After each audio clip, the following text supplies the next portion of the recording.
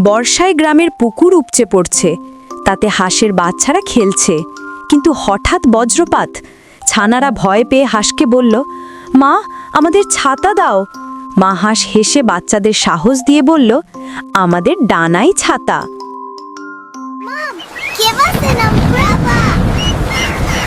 Our wings are our umbrellas! বাজ পড়া থেকে বাঁচাতে হাঁস নিজের ছানাদের ডানার নিচে ঢেকে রাখল। একটি মারাত্মক বজ্রঝড় বইছে।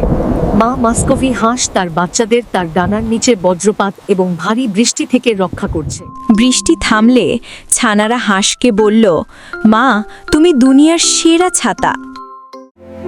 মা, তুমিই হলে পৃথিবীর সেরা ছাতা।